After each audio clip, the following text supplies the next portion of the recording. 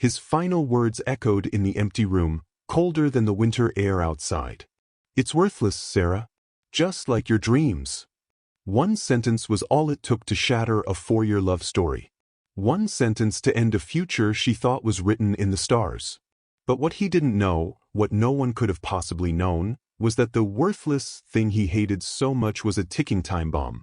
And when it finally exploded, it wouldn't just change her life. It would change everything. Stay with us, and you will witness a story so unbelievable, you'll question everything you think you know about luck, love, and revenge. Her name was Sarah, a 26-year-old artist with a heart full of color and a bank account full of dust. She didn't paint for money or for fame. She painted because it was the only way she knew how to speak without words. Her small apartment was a beautiful mess of canvases, paint tubes, and half-finished sculptures. It was her sanctuary, a world she built for herself.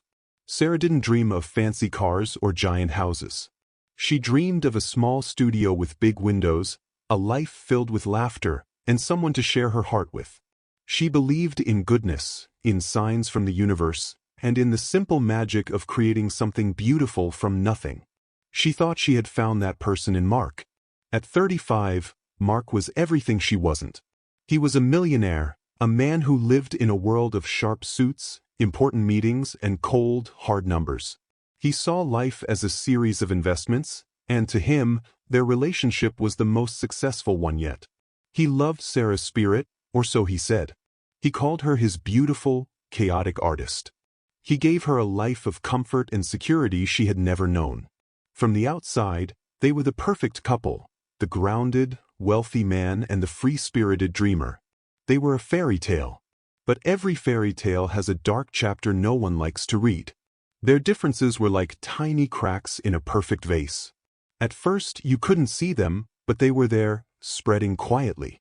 When Sarah saw a sunset, she saw shades of fire and rose, a story painted across the sky. Mark saw the end of another business day.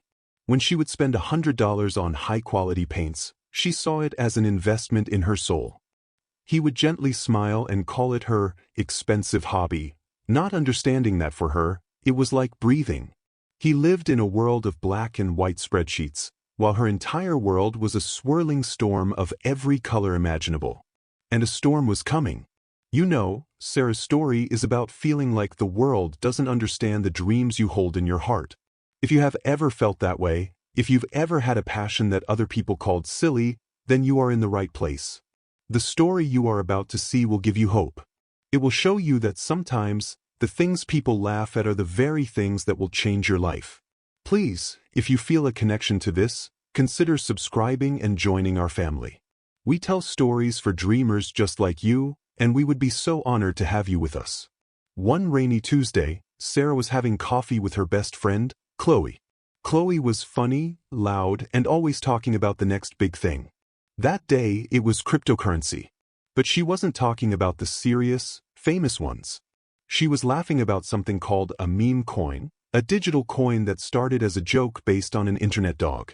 "It's so stupid, it's brilliant." Chloe laughed, showing Sarah her phone. "People are throwing $20 at it for fun. Imagine if this silly dog coin actually became worth something." The idea was infectious. It wasn't an investment, it was like buying a lottery ticket for a joke. That night, Sarah, feeling playful, used $100 she had saved, and bought the joke. And as Sarah made that small choice, I want to ask you to make one too. Let us know in the comments where you are watching the story from. We want to see how far this message of hope can travel around the world. Every time we see a new city or a new country pop up, it reminds us that we are all connected in our dreams and our struggles. And I truly believe this from the bottom of my heart. For every person who shares their home with us in the comments, a wave of unexpected good fortune will find you and your family this week. Let's fill the world with a little more hope today. The $100 purchase was so small, so insignificant, that Sarah almost forgot about it. A week later, she mentioned it to Mark in passing, laughing about her silly dog money. Mark did not laugh. His face, usually so calm and controlled, became tight with anger. He didn't raise his voice. He didn't have to. The silence that filled their expensive, minimalist living room was louder than any shout. He slowly put down his glass of wine and looked at her, but it felt like he was looking straight through her, as if she were a bad investment he was about to sell off. He couldn't believe she would be so childish. "A joke?" he finally said, his voice dangerously low. "You took real money, our money, and threw it away on an internet joke?" Sarah tried to explain that it was her own $100, that it was just for fun, but Mark wasn't listening. To him, this was not about the money. It was about the principle. It was about his world of careful planning and smart decisions being invaded by her world of careless whims and fantasy. He called her irresponsible.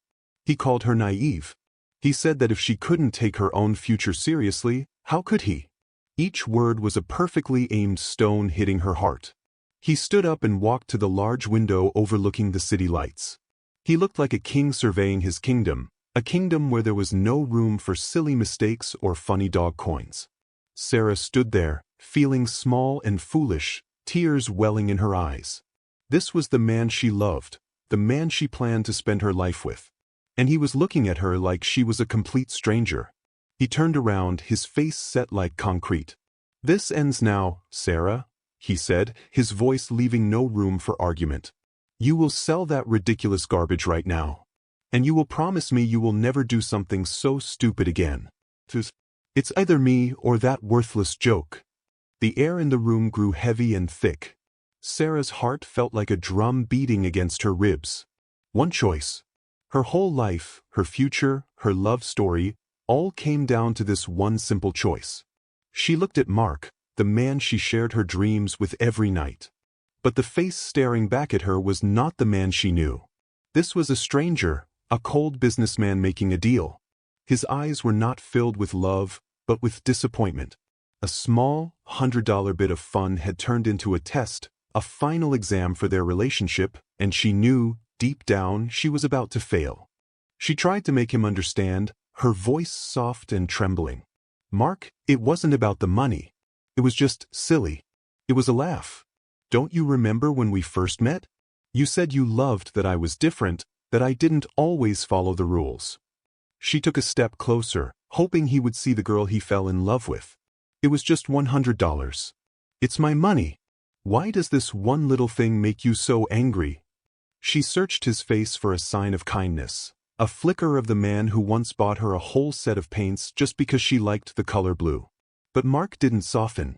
His face grew even harder. "My father lost everything," he said, his voice quiet but sharp. "He wasn't a bad man. He just took one silly risk. One fun gamble. We lost our home. We lost everything. I promised myself I would never be like him. I built this life, Sarah, brick by careful brick. I protect it. And I protect you. What you see as fun, I see as a crack in the foundation. It's a disrespect to everything I have worked for." He made it sound like her little joke was an attack on his entire life. Then, he said the words that would change everything. "This is why your art will always be just a hobby. You don't think like a serious person. You live in a dream world, and I pay the bills for it." The words hit her harder than a slap. Her art wasn't a hobby. It was her soul. He had always supported her, but now she saw the truth. He saw it as a game he let her play while he handled the real world. His support wasn't a gift, it was a leash. And he was now pulling it tight, reminding her who was in control. In that moment, something inside Sarah broke. Or maybe, it fixed itself. She looked around the beautiful apartment, at the expensive furniture and the perfect view. It was all so clean, so orderly, so empty. It was his world, and she was just a pretty painting he had hung on the wall. A painting he could take down if he didn't like the colors anymore. The tears in her eyes dried up, replaced by a strange, quiet calm. The choice was never about the money or the crypto. It was about her. Could she let him trim away parts of her spirit just to fit perfectly into his frame? "No," she whispered. The word was so quiet, but it filled the entire room. Mark looked shocked. "What did you say?" he asked, not believing his ears. Sarah looked him straight in the eye, her voice a little stronger now. "No, I will not sell it. It's not about the coin, Mark. It's about me. If you can't love the part of me that is a little silly, that takes a chance on a joke, then you don't really love me. You only love the idea of me. She felt a strange peace settle over her. For the first time, she wasn't afraid. Mark's shock turned into ice-cold anger. He had never been told no by her before. He expected tears, apologies, and for her to do exactly as he said. Her sudden strength was not something he admired. It was something he hated. "Fine," he said, his voice flat and final. "If that worthless piece of digital garbage is more important than us, then there is no us. Pack your bags. I want you out of my apartment by morning." Just like that, their 4 years together were dismissed, like a bad business deal being closed for good. The love story was over. She didn't cry as she packed. She moved through the bedroom they had shared like a ghost. She left behind the designer dresses he had bought her, the expensive jewelry that sat sparkling in a box. They felt like costumes for a person she was no longer pretending to be. She packed her worn-out jeans, her favorite sweaters, and all of her art supplies. She carefully wrapped her half-finished paintings. These were the only things that were truly hers. As she walked to the door, her small suitcase in hand, she didn't dare to look back. She knew if she did, she might break. That night, she slept on Chloe's old, lumpy couch. The silence was deafening. Every little noise made her jump. The tears finally came, hot and endless. She was homeless, heartbroken, and felt like the biggest fool in the world. She had thrown away a life of comfort and security for what? $100 joke? For pride? She pulled out her phone, her thumb shaking as she opened the crypto app. She just had to see it one more time. The symbol of everything she had just lost. Her finger hovered over the screen, ready to see the worthless number. She looked at the screen, her eyes blurry with tears. The number hadn't changed much. It had gone down a little. Her $100 investment was now worth $93. A bitter laugh escaped her lips. She had lost a millionaire for $93. She felt a wave of sickness wash over her. But then, another feeling took over. She closed the app. She wouldn't sell it. It was a stupid, worthless thing, but it was hers. It was the price of her freedom. As she fell into a troubled sleep, she had no idea that thousands of miles away, a group of strangers on the internet had just started a movement. A movement that would soon turn her symbol of heartbreak into a weapon of victory. The first morning was the hardest. Sarah woke up to the sound of city traffic, not the gentle alarm clock in her old, quiet bedroom. For a split second, she forgot where she was. She expected to feel Mark's arm around her, to smell coffee brewing in their kitchen. But then, the lumpy couch cushions and the unfamiliar smell of Chloe's apartment brought everything rushing back. The breakup wasn't a bad dream. It was real. Her perfect life was gone, and this cold, gray morning was her new reality. A wave of sadness so deep washed over her, it felt hard to breathe. She was truly, completely alone. The next few weeks were a blur of looking for work and a place to live. Every dollar counted. The girl who used to attend fancy dinners now ate instant noodles on her friend's floor. She walked past the expensive shops where Mark used to buy her gifts, and she felt like a ghost haunting someone else's life. The city that once felt like a playground now felt like a giant maze designed to show her how lost she was. She sent out dozens of job applications, hoping for anything that could help her stand on her own 2 feet. But the world felt cold and unforgiving. Her only escape was her art. She bought the cheapest canvas she could find and poured all of her feelings into it. She painted with angry reds, sad blues, and confused grays. Her small corner of Chloe's living room became a storm of emotion. Each brushstroke was a tear she refused to cry, a word she could never say to Mark. Her paintings were no longer just pretty pictures. They were raw, honest, and filled with a beautiful pain. She wasn't just painting a canvas anymore. She was painting a new version of herself, one stroke at a time, without even knowing it. One evening, while scrolling on her phone, looking for a job, she saw a strange headline. It said something about online communities and a rebellion against big money. It mentioned people with diamond hands who refused to sell things others called worthless. The article was filled with confusing words and internet jokes she didn't understand. Thinking it was just more online nonsense, she swiped past it. She was looking for a job as a waitress, not a lesson in internet finance. But that headline was a whisper of the hurricane that was silently gathering force, just for her. A week later, her phone buzzed with a text from a number she had almost deleted. It was Mark.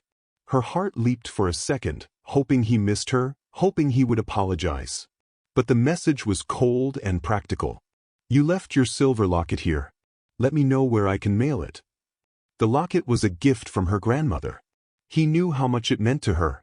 He wasn't being kind. He was reminding her of what she had left behind, cleaning up the last piece of her from his perfect life. It was a final, quiet twist of the knife. Chloe was her anchor in the storm. She would come home from her job, find Sarah looking defeated, and wrap her in a big hug. "You are not the things he said you are," Chloe would insist. He was a fool who couldn't tell the difference between a diamond and a stone. One night, Chloe jokingly asked, "Hey, have you checked on our silly dog Money?" Sarah just shook her head, a sad smile on her face. "I can't even look at it, Chloe. It cost me everything." The app remained on her phone, a tiny digital scar she refused to touch. Finally, Sarah found a job at a small, busy coffee shop. The work was hard. Her feet ached, her hands smelled of burnt coffee, and some customers were rude. She, who once wore designer clothes, now wore a stained apron. She felt invisible. People looked right through her, ordering their drinks without ever really seeing the person serving them. But with every cup of coffee she served, she earned a little bit of her own money. It wasn't much, but it was hers. And with it came a tiny spark of pride she hadn't felt in years. The seasons began to change. Winter slowly melted into spring. Sarah saved up enough money to rent a tiny room in a shared apartment. It was small, the window faced a brick wall, but it was her space. Her paintings covered the walls, turning the small room into her own private gallery. The sharp pain of her breakup with Mark had softened into a dull, distant memory. She was healing. She was surviving. She had completely forgotten about the silly $100 joke that had started it all. She had bigger things to worry about, like paying her rent. Life had found a new, quiet rhythm. Work, paint, sleep, repeat. It wasn't the life she had dreamed of, but it was a life she was building with her own two hands. One night, she came home late, her body aching with exhaustion. She fell onto her bed, not even bothering to change her clothes. As she was about to close her eyes, her phone, which was lying on her pillow, lit up. It wasn't a text or a call. It was a notification from that old, forgotten crypto app. A simple alert, a feature she didn't even know was turned on. The message on her screen contained only 4 words. 4 words that made no sense at all. They weren't a warning or an error. They were a statement. It was a price alert, but the numbers that followed seemed impossible, like a glitch in the system. Her tired mind couldn't even understand what it was seeing. She blinked, rubbing her eyes, sure she was dreaming. But the numbers on the screen didn't change. They just glowed in the dark, a silent, impossible message that was about to set her entire world on fire. Sarah stared at the glowing screen, her mind refusing to understand. The numbers didn't look like money. They looked like a mistake, a broken code from a faulty app. She had fallen asleep exhausted and heartbroken, a girl worried about next month's rent. Now, her phone was telling her a story so wild, it had to be a dream. She squeezed her eyes shut and opened them again. The impossible numbers were still there, shining in the darkness of her tiny room. They seemed to mock her, a silent, crazy secret that only she knew. But what did they even mean? With a shaking finger, she closed the application. Her heart was beating so fast it felt like a trapped bird against her ribs. Maybe it was a virus, a scam designed to trick people. That had to be it. She took a deep breath, trying to calm the frantic energy that had replaced her exhaustion. She counted to 10, her mind racing. "It's not real," she whispered to the empty room. "It can't be real." Then, driven by a force she couldn't explain, she tapped the icon and opened the app again. The number was still there. But it wasn't the same. It was higher. It was climbing. Right there, before her very eyes, the numbers were changing every second. Up and up and up. It was like watching a clock ticking forward, but instead of time, It was counting money. Her $100 investment, her $93 symbol of failure, was now a number with so many zeros she couldn't count them fast enough. It was more money than she had ever seen in her entire life. It was more money than the coffee shop she worked at made in a year. This wasn't a glitch. The glitch was static. This was alive. Suddenly, she remembered the article she had scrolled past weeks ago. The one about a rebellion. About people with diamond hands. Could this be connected? Could thousands of strangers on the internet, all buying a silly joke, have actually changed its value? The idea was so insane, it felt like something from a movie. But the number on her screen kept climbing, a relentless, unbelievable rocket ship that she was riding without even knowing it. She was completely terrified. She couldn't face this alone. There was only one person she could call. Her hands trembled as she dialed Chloe's number. It was past midnight, but this couldn't wait. Chloe answered on the third ring, her voice thick with sleep. "Sarah? What's wrong? Are you okay?" Sarah tried to speak, but only a squeak came out. "Chloe," she finally managed, her voice a shaky whisper. "Something is happening. With the dog coin. The joke money." Chloe was quiet for a moment. "Sarah, you're exhausted. Go to sleep. We can talk about your funny money in the morning." She thought Sarah was losing her mind. "No, you don't understand," Sarah said, a sob catching in her throat. "I'm sending you a screenshot. Just look at it. Please, just look." She quickly took a picture of her phone screen and sent it. For a long, agonizing minute, there was only silence on the other end of the line. Sarah could hear Chloe's breathing but nothing else. The silence stretched on, filled with 1,000 unspoken questions. Then she heard a sharp gasp. The sleepy, tired friend was gone, replaced by someone whose voice was now just as shaky as Sarah's. "Oh my God," Chloe whispered. "Sarah, what is that?" Together, over the phone, they became detectives. They furiously Googled the name of the coin. The search results exploded. It was everywhere. Major news channels, financial websites, blogs, everyone was talking about it. A massive online community had decided to rally behind the joke coin, to push its value to the moon as a statement against the big, serious investors. They had succeeded beyond anyone's wildest dreams. Ordinary people who had put in small amounts of money were waking up to find their lives had completely changed overnight.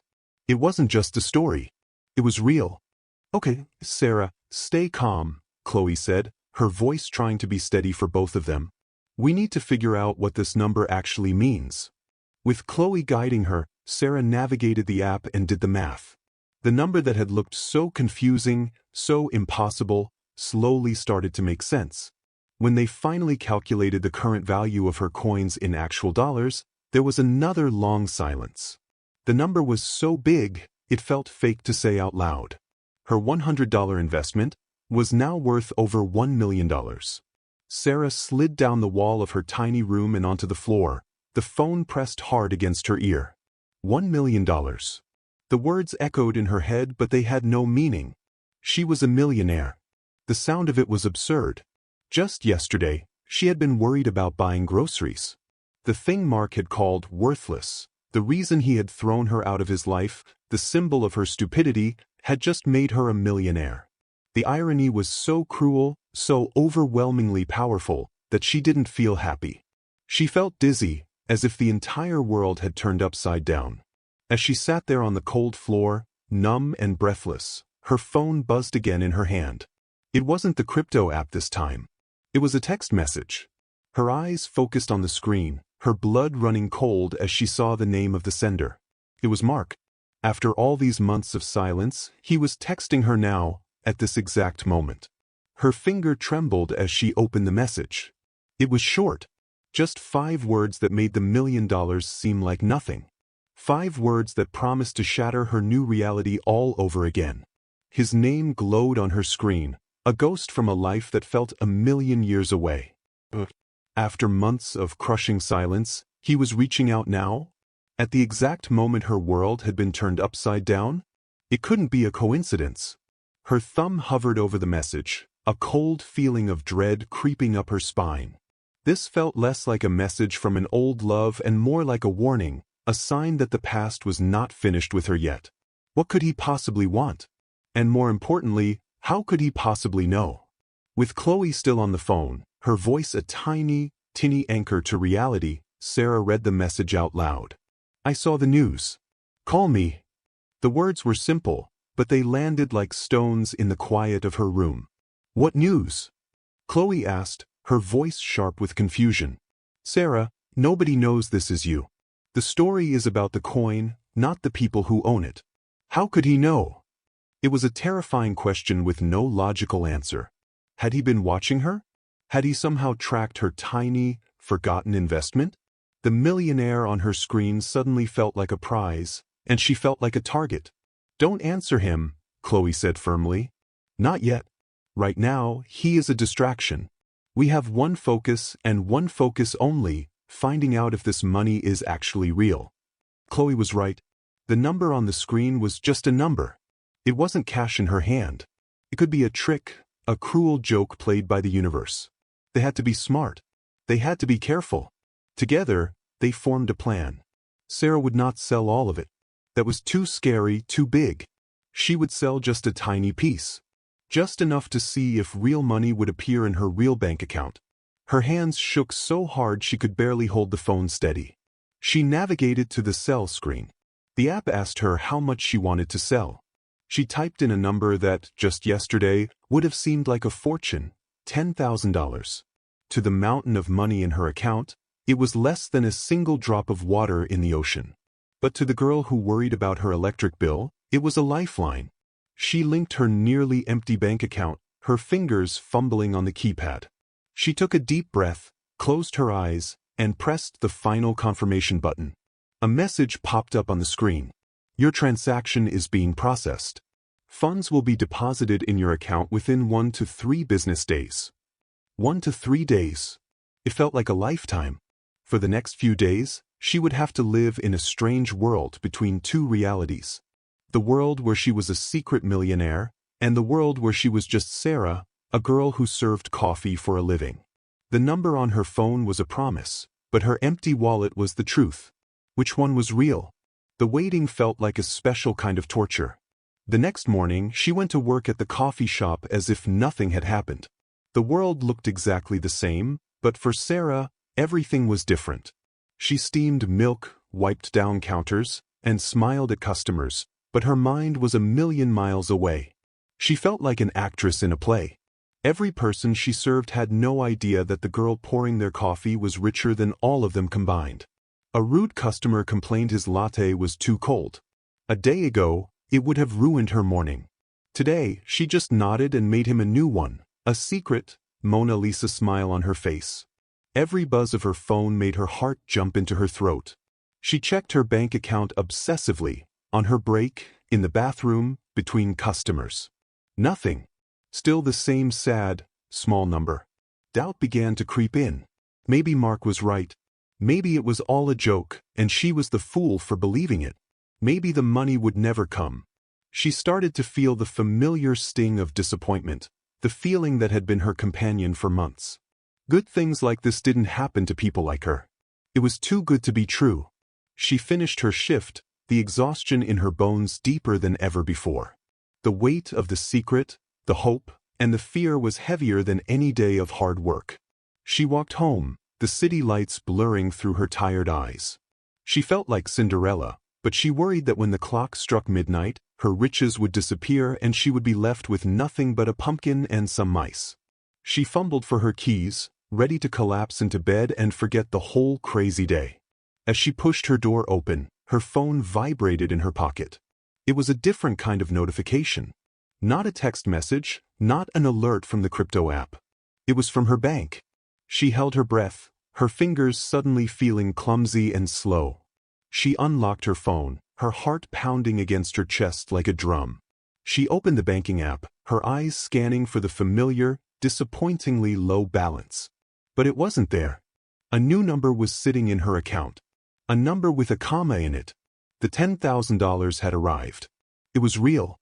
A sound escaped her lips, half a laugh, half a sob. She slid to the floor of her hallway, leaning against the closed door, tears streaming down her face. But these weren't tears of sadness or heartbreak. They were tears of shock, of relief, of a wild, terrifying joy. It was real. The money was real. Which meant the whole thing was real. She was rich. And as that incredible, earth-shattering truth finally settled into her soul, her phone buzzed one more time. It was another text from Mark. This one had no words. It was just a picture. A picture of her grandmother's silver locket sitting on his polished marble countertop. The picture on the screen was a punch to the gut. It wasn't just a locket. It was a memory. It was her grandmother's smile, the scent of her house, the feeling of being loved and safe. Mark knew that. He had chosen his weapon perfectly. This wasn't a message of concern. It was a message of control. He was telling her, without using a single word, that he still had a piece of her. He was reminding her that no matter how far she ran, he could still reach out and touch the most fragile parts of her heart. "He's playing a game," Chloe's voice hissed over the phone, pulling Sarah back from the edge of panic. "Don't you see? He must have heard the news about the coin going crazy, and he's guessed that you never sold it. He doesn't know how much you have, but he knows it's worth something. The locket is bait, Sarah. He wants you to call him, to come crawling back, so he can be the hero who forgives you." Every word Chloe said was true, but hearing it didn't make the pain go away. He was using her love for her grandmother against her. Ignoring the picture felt like ignoring a piece of her own soul, but she had to. She clicked her phone off, making the image of the locket disappear. Right now, there was a bigger, scarier, more immediate problem. The $10,000 in her bank account was proof that this was real. But it was also just a tiny piece of the puzzle. What about the rest? Taking a shaky breath, she turned her phone back on and opened the crypto app. She braced herself, expecting the number to have gone down, for the magic to have disappeared. But it hadn't. It had gone up. The $1 million from last night was gone, replaced by a number that was nearly double. It was too much. The number on the screen didn't feel like money anymore. It felt like a weight, a giant, terrifying responsibility that she was not ready for. This wasn't quit your job money. This was change your entire life, disappear, and never be the same again money. She and Chloe sat in stunned silence for a long time, the reality of the situation sinking in. They were two ordinary girls who knew nothing about finance, and they were staring at a fortune that could build hospitals or buy islands. They were completely and totally out of their league. "We need help," Chloe said, her voice firm, cutting through Sarah's panic. Real help. Not from Google, but from someone who understands numbers like this. Sarah looked at her friend, grateful for her clear head. "My uncle," Chloe continued, an idea forming in her eyes. "He's a financial advisor. A very serious one. He deals with rich people. I mean really rich people. We'll call him first thing in the morning. Until then, you don't answer Mark, you don't check the app, and you try to get some sleep." Sleep seemed like an impossible dream. That night, sleep did not come. Sarah lay awake in her tiny room, staring at the ceiling. The $10,000 in her bank account felt like a toy. The real number, the monster on her phone, felt like a dream. She thought about Mark's perfect apartment and how small he had made her feel. She thought about the stained apron she wore at the coffee shop, and the tired ache in her feet. Her life was a story of two different people, and she didn't know which one was real anymore. A part of her wanted to sell it all, take the money, and run away where no one could ever find her. The next morning, they walked into a building made of glass and steel. Chloe's uncle, Mr. Davison, worked in an office that was quieter than a library and smelled of leather and success. Sarah, in her simple jeans and t-shirt, felt like a child who had wandered into the wrong room. Mr. Davison was a kind-looking older man with sharp eyes. He listened patiently as Chloe nervously explained why they were there. He nodded politely, but Sarah could see the doubt in his face. He probably thought they were kids who had made a few $1,000s and were overreacting. Sarah didn't know what to say, so she just did the only thing she could. She took out her phone, opened the app, and slid it across the polished wooden desk. "This," she said, her voice barely a whisper. Mr. Davison picked up the phone. He put on his reading glasses and leaned in. For a long moment he was completely still. Then his eyebrows shot up. He looked from the phone to Sarah, then back to the phone. The polite, professional smile was gone, replaced by a look of pure, unhidden shock. He took off his glasses as if they were deceiving him. Without a word, he turned to his computer. For the next hour, the only sounds in the room were the soft clicking of his keyboard and the rustle of papers. He made a few quiet phone calls, speaking in a low voice using words Sarah didn't understand. The tension was so thick, she felt like she couldn't breathe. Chloe held her hand under the table, her knuckles white. Finally, Mr. Davison swiveled his chair back around to face them. His expression was one Sarah had never seen on anyone before. It was a mix of awe and terror. He took a deep breath. "Miss Evans," he started, his voice hushed. "The market for this asset is historic. It's an anomaly.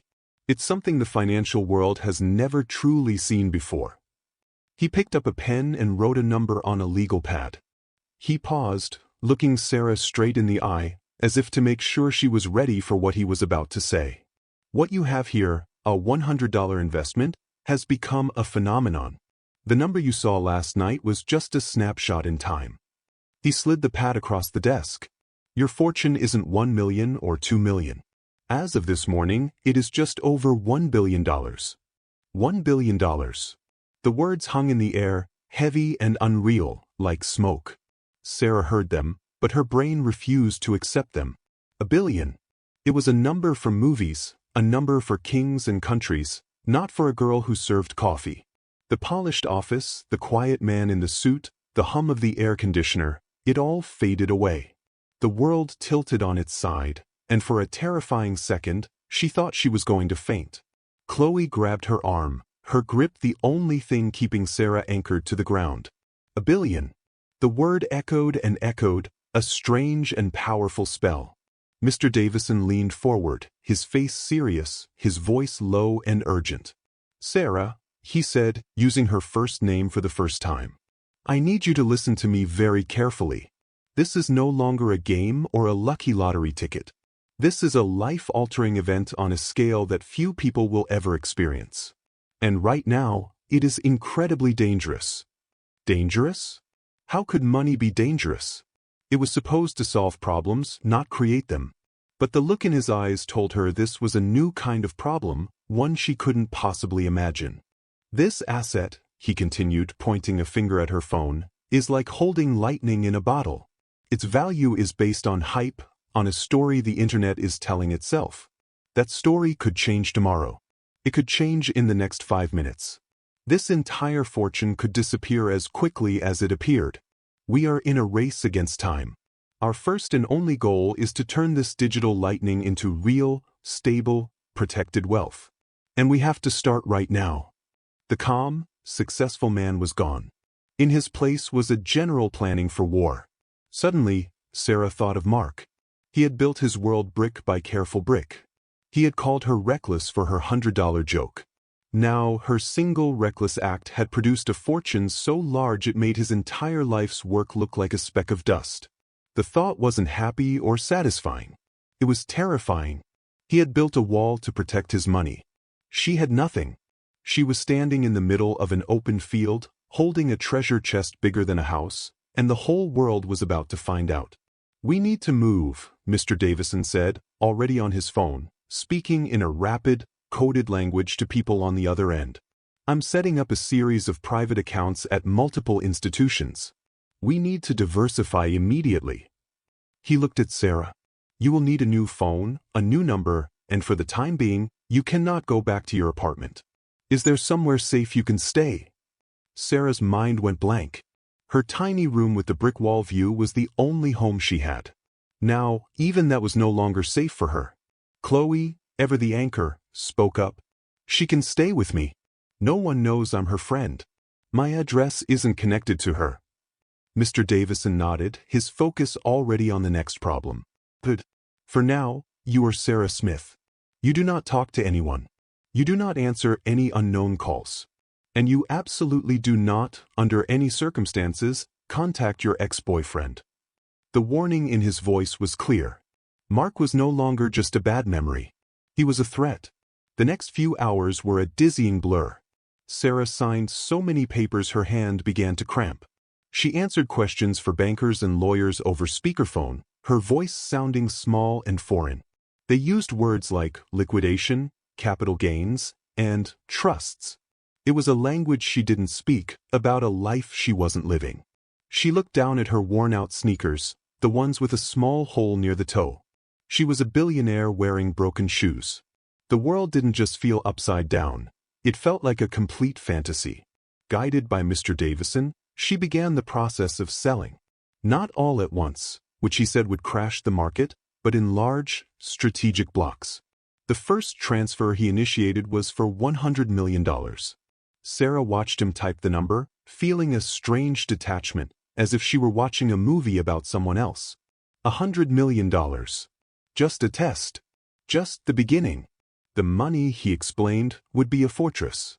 But what about the girl inside the fortress? Who was she supposed to be now? Late in the afternoon, exhausted and emotionally numb, they prepared to leave the office through a private back exit. Mr. Davison handed her a brand-new, untraceable phone. "Your old life ended when you walked into this office this morning, Sarah," he said, his voice softer now. "The next few weeks will be hard. But we will get you through this. Go to Chloe's. Stay inside. I will call you on this phone when the first transfer is complete." Sarah nodded, unable to speak. She felt like a fragile piece of glass that the whole world wanted to shatter. As they walked down a quiet hallway towards the exit, Chloe's phone buzzed. She glanced at the screen, and her face went pale. "Sarah," she whispered, her eyes wide with fear. "You need to see this." She held out her phone. It was a popular news website. And there, on the front page, was a headline that made Sarah's blood run cold. It didn't mention her name. It didn't have to. The headline was simple: "The billion-dollar joke. Who is the mystery crypto winner that has Wall Street in a frenzy?" The headline was a spotlight, and Sarah felt like a frightened animal caught in its glare. Mystery winner. The words were anonymous, but she felt as if her picture was right there on the screen for the whole world to see. Her breath caught in her chest. The game was over. The secret was out. It wasn't just Mark who might be looking for her now. It was everyone. Reporters, scammers, distant relatives she'd never met, a sea of faceless people, all wanting a piece of her impossible fortune. She was no longer a person. She was a prize. Back at Chloe's apartment, the curtains were drawn tight, turning the sunny afternoon into a gloomy twilight. The place that had been her safe harbor now felt like a cage. Every car that drove by, every footstep in the hallway, sent a jolt of fear through her. She was a billionaire hiding in a one-bedroom apartment, eating toast because she was too scared to even order a pizza. The irony was a bitter taste in her mouth. She had all the money in the world, but she had lost her freedom. The news story was spreading like wildfire, and with every share and every comment, the walls of her prison felt like they were closing in. Mr. Davison called her new, clean phone. His voice was calm, but there was an edge to it now. "The story has made things more complicated, Sarah. But the plan remains the same. We are moving. Fast." He informed her that the first $100 million transfer was complete. The money was safe, real, and sitting in an account with her name on it. Hearing it should have felt amazing. It should have been a moment of pure joy. Instead, Sarah just felt numb. It was like hearing a weather report from a distant planet. The money was real, but so was the danger. That night, unable to sleep, Sarah did the one thing Mr. Davison told her not to do. She opened the crypto app on her old phone. The number that had once been a towering mountain was now shrinking. With the news of a mystery billionaire cashing out, panic was starting to set in. People were selling. The value was dropping fast. She watched, mesmerized in horror, as millions of dollars vanished from her screen every few seconds. The lightning in the bottle was fading. The magic was dying. The race against time Mr. Davison had talked about was real, and she was watching herself lose. Days bled into one another. Sarah and Chloe lived like ghosts in the apartment, speaking in whispers. They watched the news, saw so-called experts debating her identity. They called her the Doge Queen, the accidental billionaire. They painted pictures of a genius investor, a lucky fool, a mysterious phantom. None of them knew she was just a girl in a cheap sweatshirt, hiding from the world, watching her fortune and her sanity slip away at the same time. The isolation was crushing. She had more money than she could ever spend, but she had never felt more alone. Then the attack came, but not in the way she expected. It wasn't a reporter at the door. It was a message to Chloe from her mother. "That nice young man Mark called me," the message read. "He was so worried about Sarah. He said he thinks she's in some kind of trouble and just wants to know she's safe. He asked for your address." Chloe's blood ran cold. He was going around her, using kind, unsuspecting people to hunt her down. He was painting himself as the worried ex-boyfriend, a hero trying to save her from a danger he himself had created. The manipulation was terrifyingly brilliant. Mark wasn't just looking for money, he was trying to control the story, to make himself the good guy. Chloe immediately called her mother and told her not to share any information, but the damage was done. The net was tightening. He knew she was with Chloe. He didn't have the exact address yet, but he was circling closer and closer. He was no longer a distant threat on a phone screen. He was a predator, and he was actively hunting for her. Sarah felt a primal fear she had never known before. Over the next 2 days, Mr. Davison and his team worked around the clock, selling off huge chunks of the coin before it could collapse completely. They managed to save a vast fortune, turning the digital dust into solid, real-world assets. But with every sale, the public story grew. The mystery winner was cashing out. The hunt for her identity became even more intense.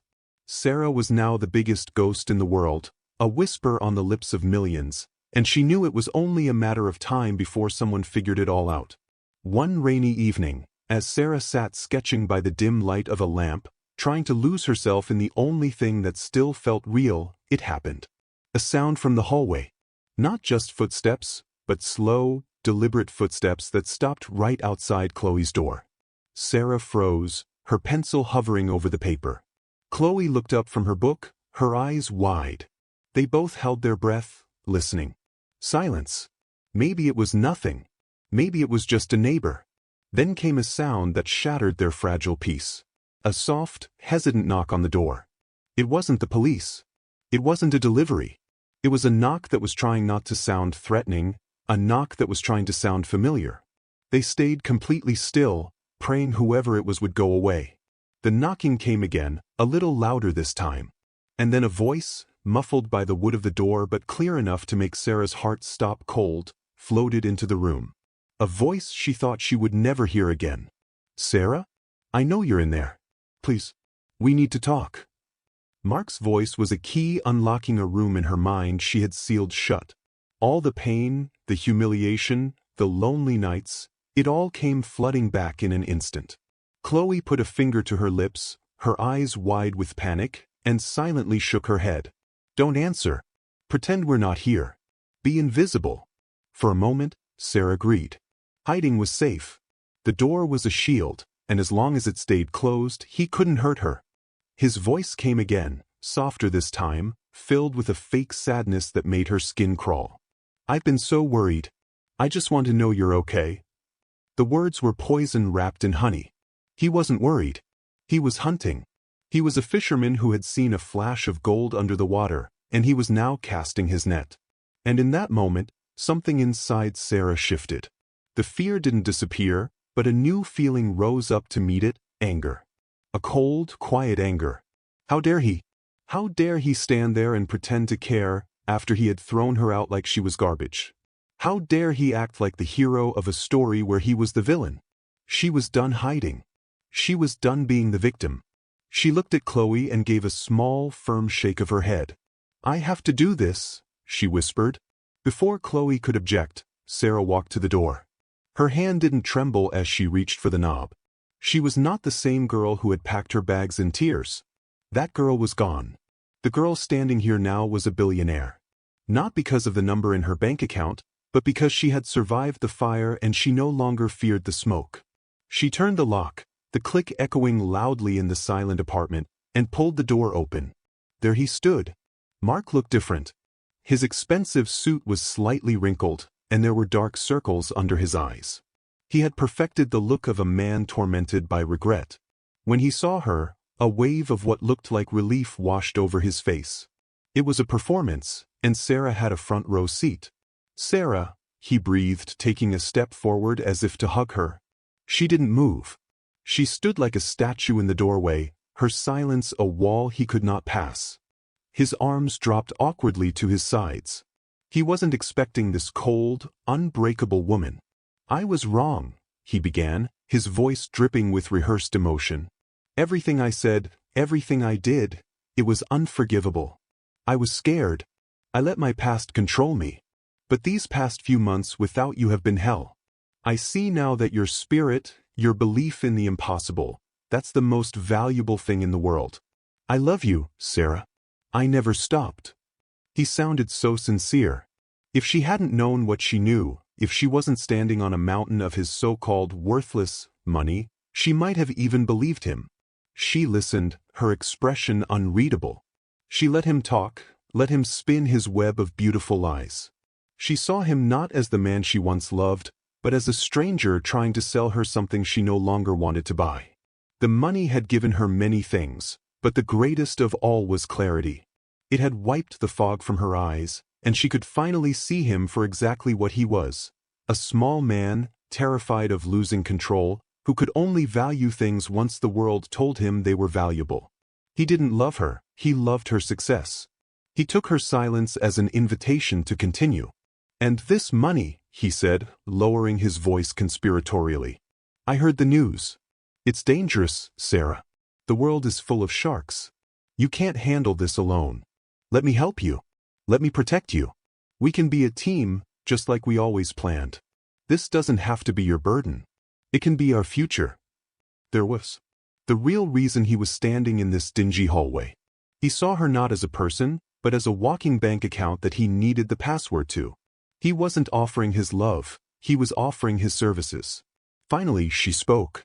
Her voice was not loud, but it was so clear and steady that it cut right through his performance. "No, Mark." It was a simple word, but it held the weight of 1,000 tears and $1 billion. "You weren't wrong about the money. You were wrong about me." His face faltered, the mask of concern slipping for just a second. "You didn't see any value in me until a number on a screen told you I was valuable. I don't need your protection. I don't need your help. I needed your belief. And that's the one thing you could never give me." His expression changed. The fake sadness evaporated, replaced by a flash of disbelief, and then pure anger. The real Mark was finally coming out. "You're making a mistake," he hissed, his voice losing its gentle tone. "You think you're so smart now? You got lucky. It was a stupid, childish gamble, and you stumbled into a fortune you did nothing to earn. You were nothing before you met me, living in a tiny apartment struggling to sell your little paintings. I gave you a life. You owe me." His sense of entitlement was breathtaking.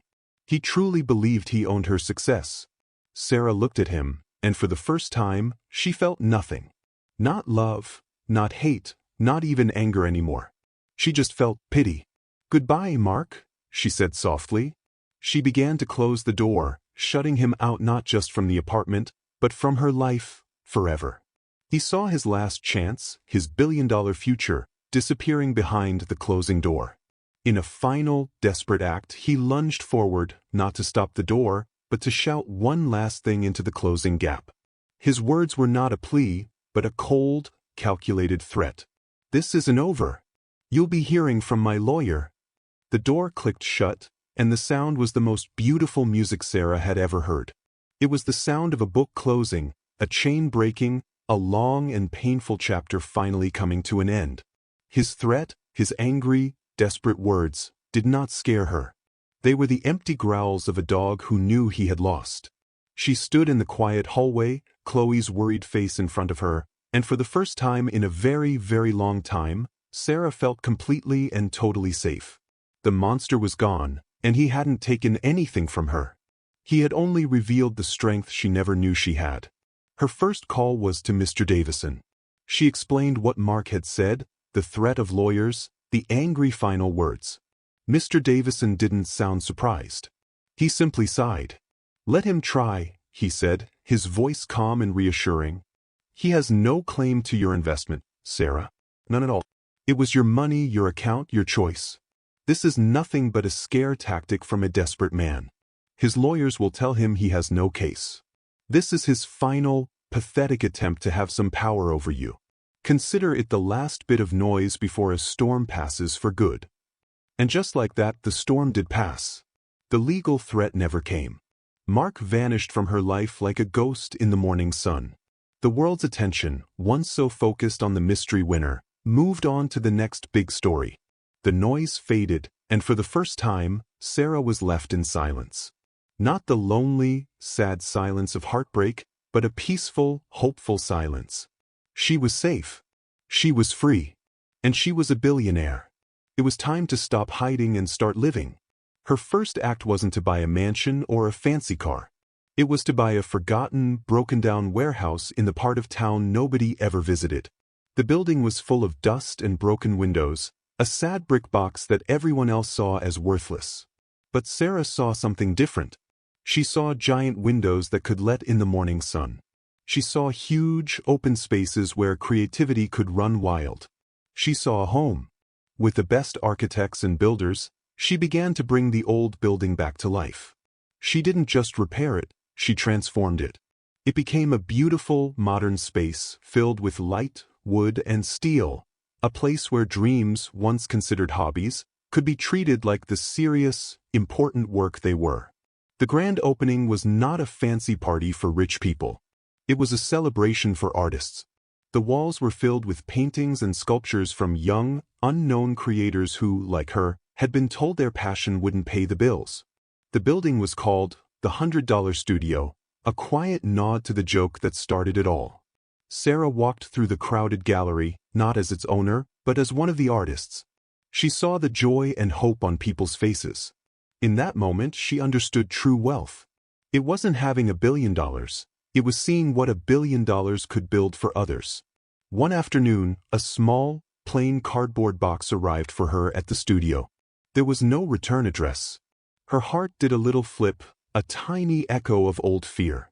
But when she opened it, she found her grandmother's silver locket nestled inside on a piece of white cotton.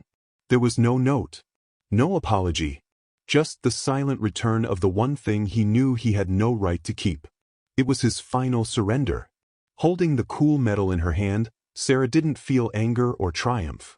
She just felt a quiet sense of peace. The last piece of her past had been returned, and the circle was now complete. Life found a new, beautiful rhythm. Sarah painted every day, her work filled with a new kind of color and light. She funded scholarships for young artists, built community centers, and invested in ideas that other people called silly. She never put her name on her donations. She didn't want the fame. She just wanted to be the person she had needed when she was all alone. She found joy not in spending money, but in giving it away, in planting seeds and watching other people's gardens grow. She had learned that self-worth was something no one could give you, and no one could take away. The story of the joke coin became a legend, a crazy tale of internet magic. But for Sarah, the real magic wasn't in the coin. It was in what the coin revealed. It showed her that a life of comfort without respect is a prison. It showed her that the people who truly love you will believe in you, even when your dreams look worthless. And it showed her that sometimes, the biggest risks don't lead to failure, but to a freedom you could never have imagined. Her legacy wasn't the money she had made, it was the life she had built after she was brave enough to walk away from a man who saw her as just another one of his investments. Sarah's story is a powerful reminder that your dreams are never worthless, no matter who tells you they are. It's a story about finding your own value, even when the world makes you feel small. If this story touched your heart, if it gave you even a small spark of hope, please show your support by giving it a like. It helps us so much. And if you believe that everyone deserves a second chance to build the life they dream of, please consider subscribing to our channel. You become part of a community that celebrates courage and hope. Share this story with one person you know who needs to be reminded of their own strength. You never know whose life you might change. In the end, Sarah wasn't known as the accidental billionaire. She was known as the artist who built a home for other artists. You could find her most days in her sun-drenched studio, a splash of paint on her cheek, a peaceful smile on her face. She was surrounded by color, creativity, and the quiet hum of dreams coming to life. She was a woman who had been given $1 billion, but who had discovered that her true fortune was something money could never buy. A life lived on her own terms, filled with purpose, kindness, and the simple, beautiful freedom to be exactly who she was meant to be.